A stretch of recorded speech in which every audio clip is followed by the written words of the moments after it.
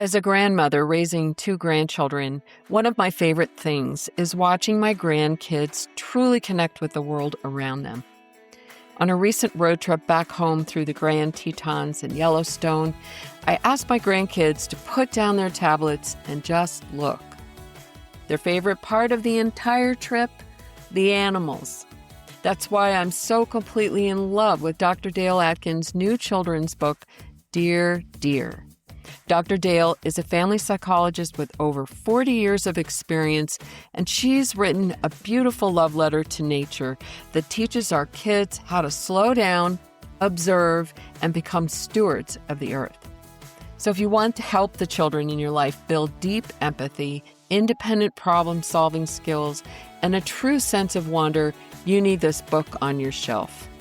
You can purchase Dear Dear right now by going to drdaleatkins.com. That's DRDALEATKINS.com, where the link goes straight to her publisher, or find it on Amazon and Barnes & Noble. Let's help our kids log off the screens and tune back into the world.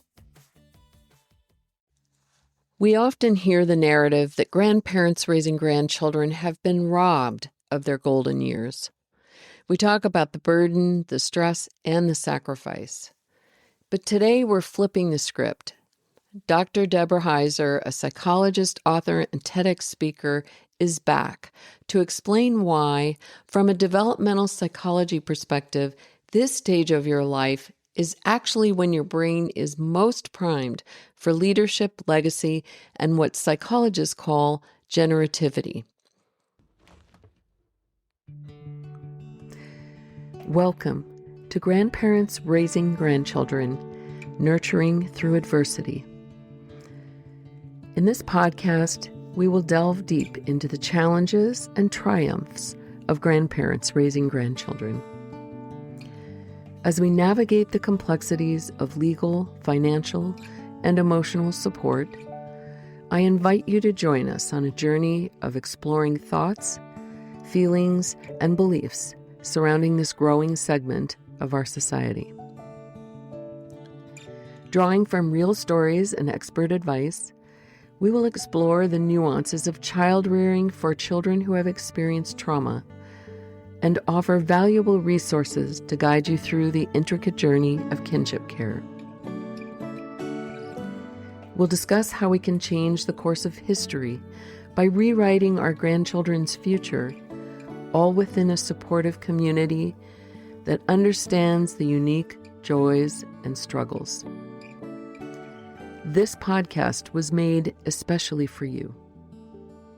Welcome to a community where your voice is heard, your experiences are valued, and your journey is honored.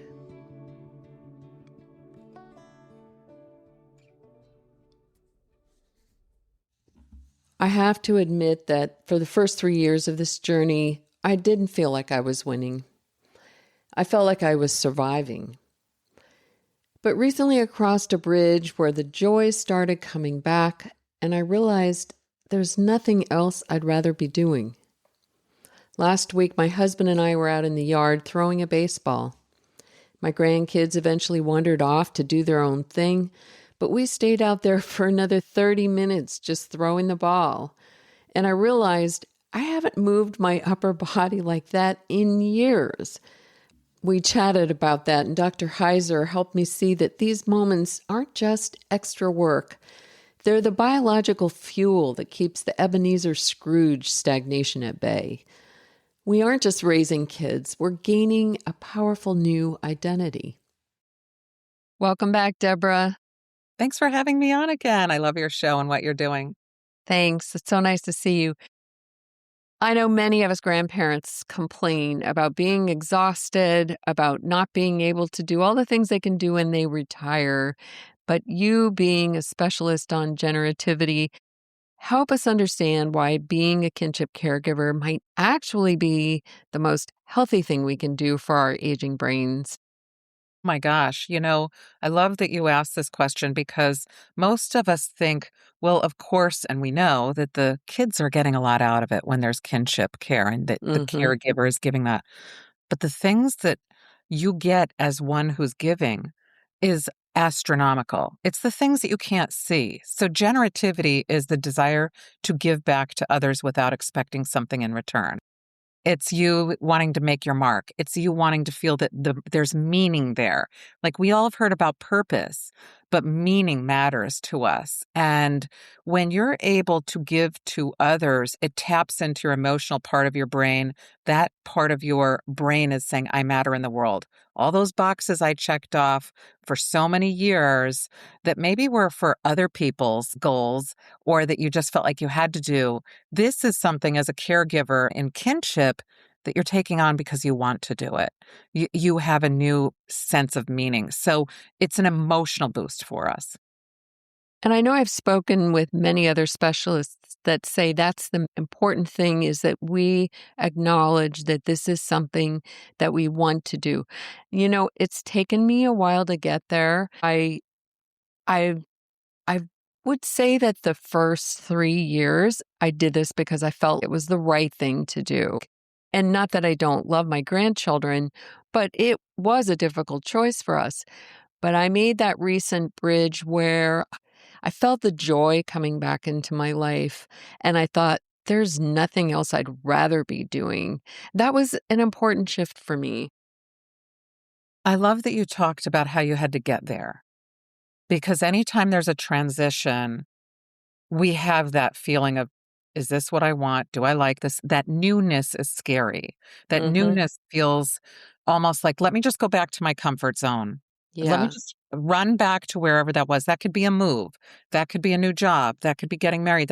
When people have a new child, they say, oh my gosh, what did I get myself into? Or where is the expert here when you're starting something new? It doesn't matter what it is. It can be good. It could be the best thing we've always wanted. And that same exact feeling that you just talked about is how we feel in almost every single transition. But getting to that over the rainbow is magical. Don't you think that we often think of retirement as being that over the rainbow experience, and then we find out that maybe we're stagnating? Yeah. We Yes. How important is that for us from a scientific standpoint? So, whenever you're going through a transition, you want to come in as prepared as you can. And you brought up retirement. The preparation that we've been talking about is just money. And that's it. Nobody talks about anything else other than make sure you have enough money. And the other message that had been given and is starting to shift now is just go relax. If you're not relaxing, there's something that you're doing wrong. Like, why aren't you relaxing? Why aren't you sitting back enjoying yourself? So, the narrative that we've been preparing for is one that makes it more difficult for us in retirement. Some people don't want to retire, but they feel like they have to or they're not a success. They feel like once you do retire, what do you do with yourself? There's only so much relaxing that people like to do. So, taking on a purpose goal or something that matters to you, something meaningful, getting reconnected in ways are all important. When we don't do that, that factors into the whole loneliness epidemic. So we've kind of built this narrative for ourselves that is not ideal for retirement, where we have expectations of relaxation that is great for 2 weeks, maybe even 2 months. But then after that, we start to get that itch. What do I do? How can I make myself feel like I matter? You talk about that biological itch that we get after we're 40 to mentor. And in this sense, that's what we're doing as grandparents, raising grandchildren. Is that a biological thing, like the time clock that goes off when you want to have a baby? Is that something that happens to most people when they turn 40 or after they turn 40? Yeah, it's an emotional developmental milestone. That's why it's Okay. tricky for most people. We expect physical, like learning to walk, learning to talk, all of those kinds of things. We have a whole series of emotional life stages that we go through in midlife, and it has room, just like you could learn how to walk at 6 months or 18 months, and it's all still normal. So it can hit at any time. But what happens is we do get that itch, and you'll hear it in subtle ways. A person will hit midlife. It could be 40, it could be 50, it could be 60, it doesn't matter. It could be even a little earlier. There's that big time frame there. But they'll say, I think I'm going to start blogging. I think I'm going to start a podcast. I think I'm going to, and that gonna is maybe involved in philanthropy. I'm going to get involved in a community organization where I volunteer my time. It can be any of those things. And you start to hear that once a person hits midlife. And that is an expected milestone, just like walking and talking. We all know the person that doesn't do that. And that's the person that looks like Ebenezer Scrooge, where on paper they have everything. They have their, they could be self-made, have a mansion, have people taking care of their needs, but they're miserable. This is what keeps us from being miserable, is engaging in what's called generativity, which includes mentoring, volunteering, and philanthropy, and putting yourself out there the way that people do when they want to get their expertise out to the world. And is that Ebenezer Scrooge attitude detrimental physically? Yeah. How does it show up? Our emotional trajectory matches with good physical trajectory and good cognitive trajectory. So if we're going to look at all three of those trajectories, if you are feeling great, you are usually cognitively better and you're going to be physically better as well. So imagine yourself if you're stressed and you are feeling like, I need more, or somebody's trying to get what I have, or you're just unsatisfied, you're probably going to have different blood pressure than somebody who's not feeling stressed. All that cortisol that goes through your body is not helpful for your cognition. So both physically and cognitively, you're not going to be doing as well. And emotionally, you're more likely to be lonely and not know why, and Mm-hmm. possibly more depressed as well. So, in a sense, managing schedules and doing school runs and the emotional regulation that we have to work with as grandparents raising grandchildren. I mean, I wish someone gave us a little bit of prep work before You we know? got into these roles on working with traumatized children. Yeah. Honestly, I mean, if I could change anything in the system, it would be that. But that being said, once we do adapt, which I feel like I'm just getting to after 4 years, Mm-hmm. my neighbor was saying to me yesterday, and she's the same age as I am, maybe even a year younger.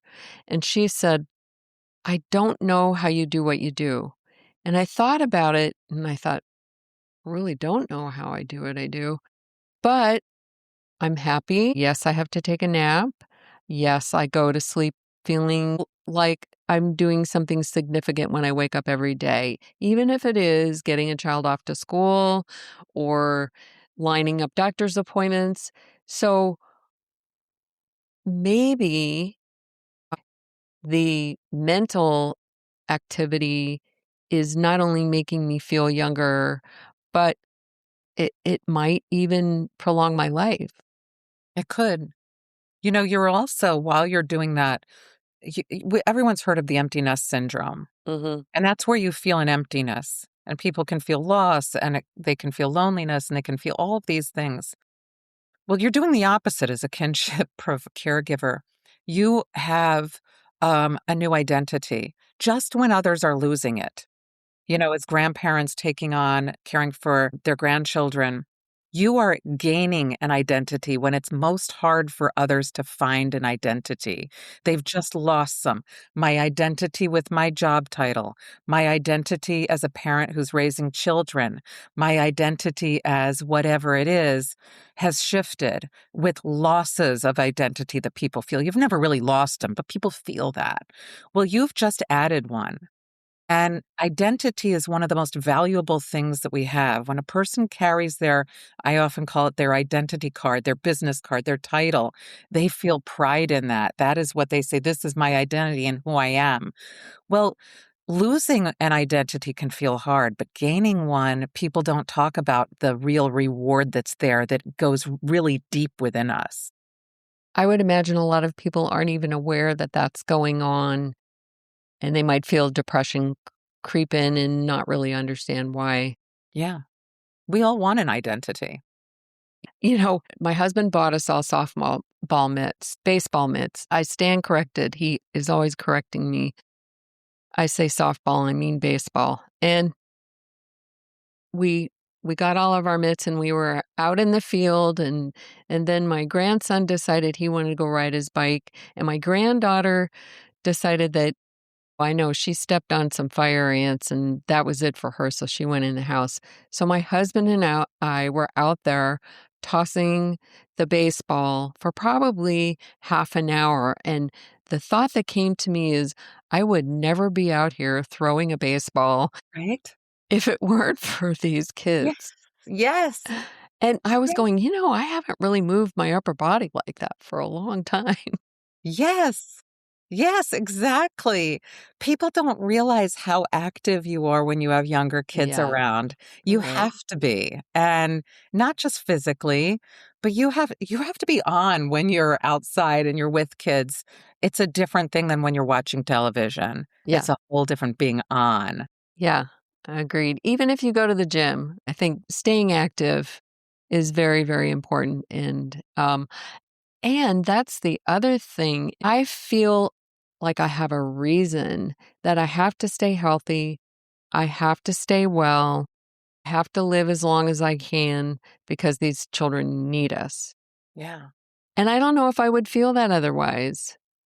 And I had never thought about that before. So another plus. That's part of the purpose. We all need to have a purpose when we're living, and that is a big purpose. Another thing that crossed my mind is when their parents have failed and we step in, if we don't view ourselves as grandparents or parents, just being mentors, we can transfer all that intellectual property, all the family history, all the memories, positive.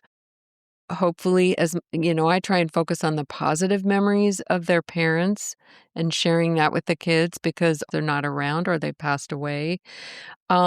I think that that's really a great way of looking at our roles, not so much as grandparents anymore, not so much as parents, but as mentors.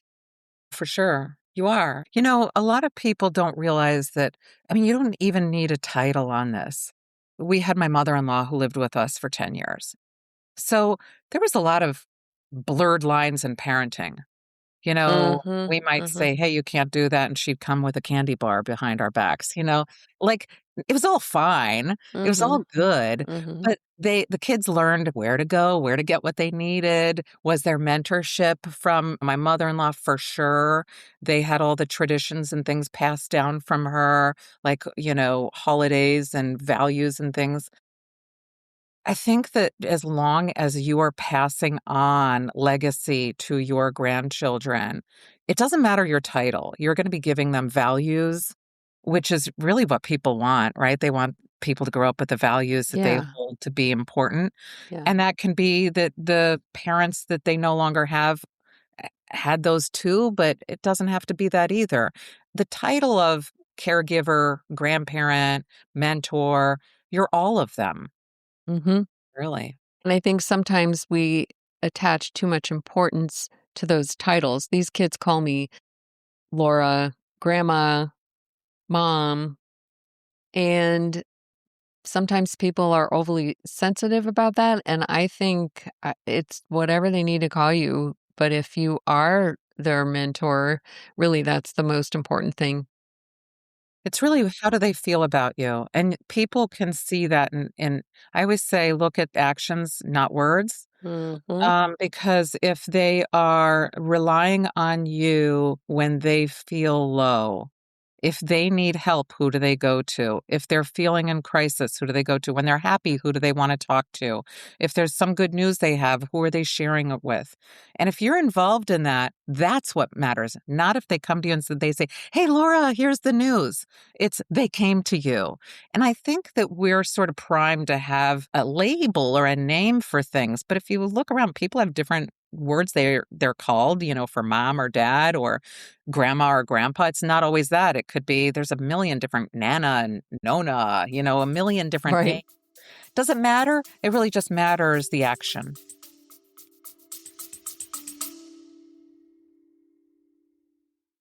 After listening to this week's episode, a listener wrote in and said, Laura, I can't tell you how much your podcast helps. With every one of them, I feel like this makes so much more sense to me, as in the way I feel and how I do this job. Brad made me think differently right away. I was into leadership at the time of getting the girls. I was following Tony Robbins, and I still do, as with some others. They ask you, what is your why? They say, find your why, and you will do the work to achieve the goal, and the how will be there. You know, it's so true. I've had my grandchildren for 4 years now, and I'm just really figuring out my why. When we first got our grandchildren 4 years ago, I made the choice to do what I thought was the right thing. I mean, I sort of did it kicking and screaming, but it was the right thing, and I knew that.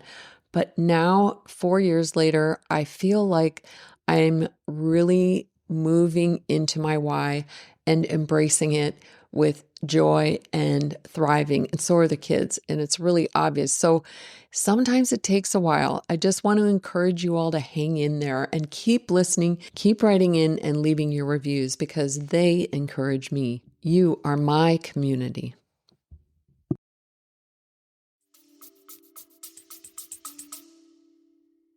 And I think that also the act of mentoring a grandchild can really help a caregiver heal the trauma that they feel towards their biological children. I've noticed that for my husband, these are his biological grandchildren. And the fact that his son has abandoned his children has been very traumatic for him. But I've watched that heal. I have seen him turn around his trauma and pain over his son through the love that these children show him.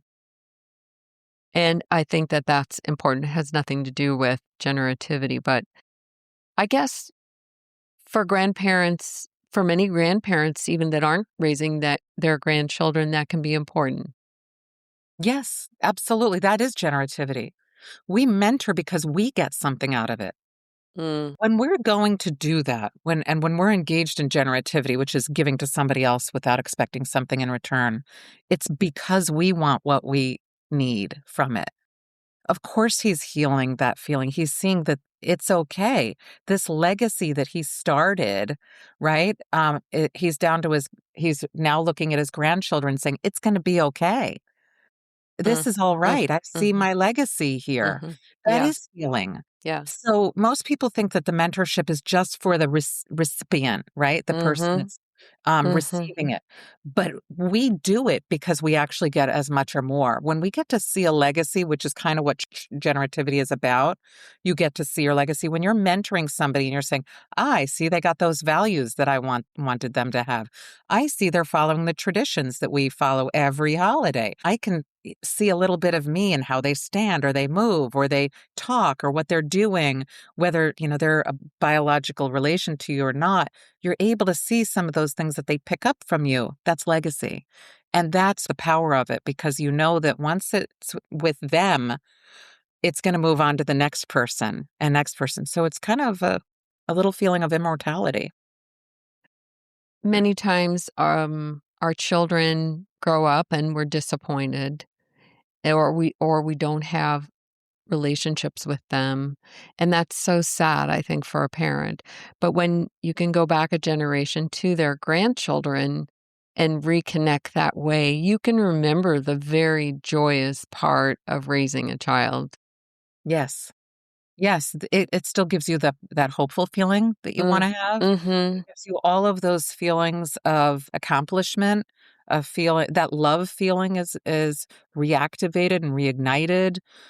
All of that's right in our core that we don't really talk and write about so much, but is the fuel that makes us run, comes back. Yes, yes. Many of us experience exhaustion and depression sometimes can be a factor. You, I know, won an international award for your research on depression in identification. So for a kinship caregiver who's powering through, How can they tell the difference between mission fatigue and clinical depression? How can we be proactive in protecting ourselves from that difference, and what do we do to prevent it? So that's really hard. And that's why when I first did the research on depression, I found that it's hard because people don't recognize it Mhm. in people they know or in themselves. And that's because as we age, the symptoms are different. If you talk to an older adult, they may say, I have a backache, or I'm feeling fatigued, or I have a headache. And a younger person won't use those same symptoms. So it's really kind of tricky. I just developed something called Depressed Check that looks at depression and anxiety for 13-year-olds old on to the end of life. And it uses whatever scale the age of the person is. And I made it free because I've seen so many people out there who they either are not getting assessed, they don't understand what these feelings are that they have. Mhm. But then the other problem is people will say, well, I don't know how to find a provider. You know, when you're depressed, which anybody who's felt that, you're not motivated to then go search and research and find a provider that takes your insurance, that speaks your language, that, has everything that you want. Mhm. So I also added that to it because this is one of the trickiest things. Depression identification is difficult. And so a person that thinks, I don't know, I'm just feeling a little off, you can take a screener. It takes less than 2 minutes and find out if you might be someone who's a candidate for seeing somebody. I'll put So, a link in the show notes. I think that would be really helpful, both for ourselves and for the kids we're raising. yeah, I can add something that goes even lower than 13 for people who have kids and they want to screen also. Be Um, great. Yeah, anybody who has a question about that can always reach out to me. I do this because I care about this topic area and I've made it free. Anybody who has feedback, I'm always welcoming it and willing to add more for it. Thanks, Deborah. How does having a successor, the grandchild, to invest in change the chemical makeup of our aging process? Mm. So, if you put two people in a room who are older, you'll hear a dialogue that it will be pretty stagnant.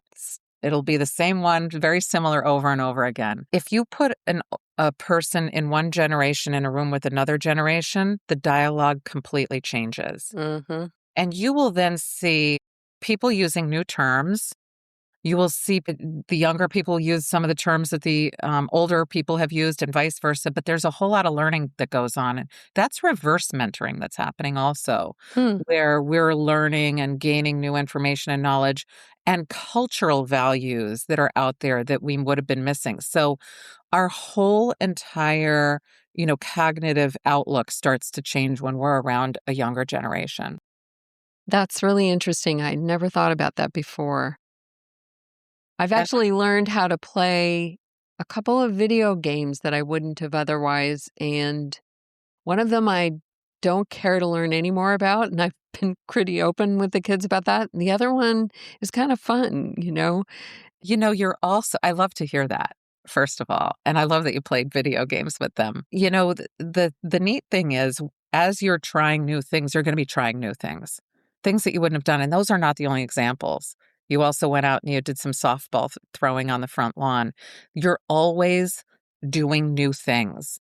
And that's continuously helping you to grow. And that is reverse mentoring. The younger people are having you live and learn in a new way. You are taking in from their culture. You're able to say, this is what they do.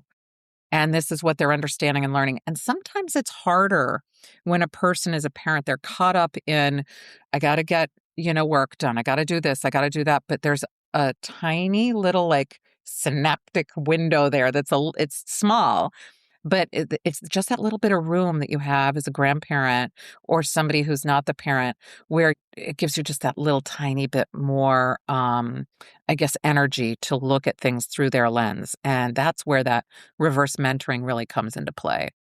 Well, I'm always speaking about the fact that we have to be so competent and deal with so much as grandparents that life can just get too serious. Mhm. And I think it's very important to take advantage of those windows to just be with them. We probably learn more from that than we do from anything else that we do. And that never stops. I mean, Mhm. I had people over this weekend and my kids came and one of them is, he's 21-year-old. And I learned all the new, not all, but what felt like all of the new culture, the words, the things that they're talking about, the terms that I did not know existed. And I then went and I looked them up and then I talked about them with another person. And it opened up a whole new window into thinking and how people are looking and thinking about a whole different age segment. And then we were able to take that back and say, how do we feel about this? Mhm. And what Having you, discussions about it with yes, them is important, right? it is, and you know what? You don't Mhm. have to be serious when you're with that. We were Yeah. laughing hysterically Right. at the ridiculousness of my Right. age group and the ridiculousness of their age group. Right. And so I love you that. just have to be good enough when you're parenting and when you're grandparenting, when you're a friend, when you're whatever, taking away some of the sting of what people do when they think they have to be perfect and saying, all I need to be is good enough. And psychologists know this. You just have to be good enough. And the bar is Mhm. not as high as we think it is. Yeah. So if you can let go and just have a little bit of a good time, it's going to be much more pleasurable. I I want all grandparents out there that are listening that it actually is good for our brains to engage and explore things like video games or conversations about the things that seem absolutely ridiculous that young kids are talking about now. Yeah, absolutely. So, um, Deborah, I do you have a new website? Is Yes, it you can still go to deborahheiser.com. deborahheiser.com? And I'm also going to share with you the Depress Check, which is depresscheck.flute.app, which I'll be able to show you. It's going to be made into an app also so that people can have it wherever. Yeah, those are the two places you can find me. I'll put those in the show notes for sure. So, my 3 questions for you, Deborah. I have a systematic question, a taboo question, and a policy question. Our medical system often views aging as a period of decline.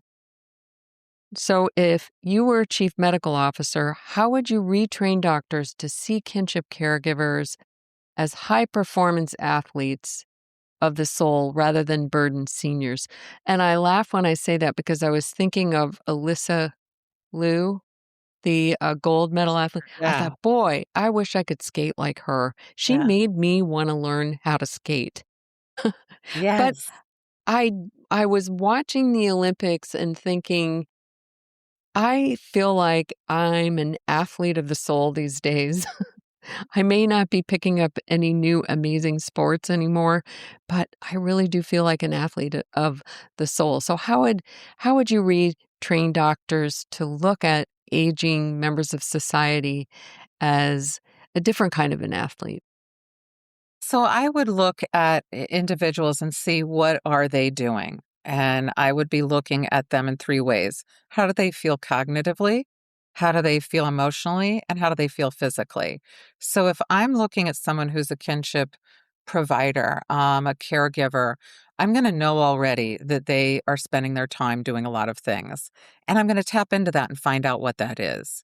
And I'm going to also find out if they're feeling burnout with that. But mostly I'm going to find out how can I encourage them to do more of the things that they're finding enjoyable so that they can see that. And also give them a few pointers on the fact that they're probably doing things right and they don't realize it. And they just didn't have the right title for it, that they have a new identity, that they have a lot of power that comes from the mentorship, and that they are learning a lot more than they ever thought that they were because they have reverse mentoring happening. I think that I would use it as a psychoeducation time for a meeting with them. I love that. I think if we had a different perspective of the roles that we're in and look at the assets, it would be more helpful for sure. I I want to say that I would, if I had power over this, I would remove any of the thoughts that when I first started in aging, people had the feeling that if you were older and older was in your 60s or 70s, you should be sitting down. They'd say, sit down, have a seat, relax. And that's the exact opposite of what we need. And I would say that in terms of this new generation where we think a lot better than we used to, it would be, where are you emotionally with everything? How are you feeling about everything? Great. Great. Love that answer. The taboo question that I have for you is, do you think it's selfish to find personal satisfaction and a renewed sense of youth in raising a grandchild, even though the circumstances that brought them to you were tragic? My gosh, like that. What? That's no. Well, no, absolutely not. Every time that we feel a renewed feeling of youth, we should feel good about it. We should stop beating ourselves up for ever feeling good or thinking that it came from some source. Feel good. Just feel good. Allow it. End of story. Yeah. I know someone shared with me, I was talking with, it was Matt O'Neill who wrote the book, The Good Mood Revolution. I said, there's such a dichotomy in the grief that we feel and yet the joys that we're feeling at the same time. And he said, that's normal. It's normal to grieve and be happy at the same time. So I do want to encourage everyone who's grieving and happy with these little kids that we're playing around with, and know that they don't have to feel bad about that. There's That no guilt it's in this. None. that yes, it's life. Life. A difficult part of life, but it is life. Guilt is the thing that gets us all to feel this way, that we shouldn't feel Mm, happy. It's like yeah. when you have a loved one that you lose and you someone makes you laugh and you think, I shouldn't be laughing, I should be sad. Yes. That's if you are feeling that way, allow yourself to feel it. We're supposed to feel it. That is part of what we should feel. Just Thank like it's you. not good to repress sadness or repress any emotion. Allow yourself the anger and do not allow yourself to feel guilt. Just, I know it's easier said than done, but that's a big one. No guilt. Yes. I agree. I agree. The policy question that I have for you is how and I know what I've done in my community to make this happen in my old community, and now I'm in a new community and I need to work on it here. But can you share with others how we can create a mentor infrastructure in our communities that pairs these experienced grandparents with younger families who are struggling? Yeah, it's easier than we think. So we're mentoring all the time. We just don't realize it. We're making impact all the time. All the tiny little acts that we're doing are mentorship. So everyone who's a kinship caregiver, you're mentoring, and you're being mentored by your grandkids as well. So if you want to get more in the community, the ways that you can do that are to tap into most communities have like a WhatsApp chat, or something like that where you Mm-hmm. can tap into it. And you can start by saying, hey, I'm a kinship caregiver. I would love to be able to, get a few people together. Is there anybody who'd like to get together? You go to all the community areas that are typical, the library. If they have, any kind of group, you could say, can we set up a kinship group here? And you ask people to mentor. So I'll give you an example of how I was able to get something like this started in my area. I went to the Rotary Club and I didn't go there because I wanted to volunteer. I went there because I wanted to talk about the book that I had written. And then I went there and I was like, what? These people are amazing. I'm going to join. I never gave the talk. I just joined. But then I was able to say, hey, there's a bunch of kids who are in Kenya who need mentors. Anybody want to mentor? Literally every single person said, yes, I do.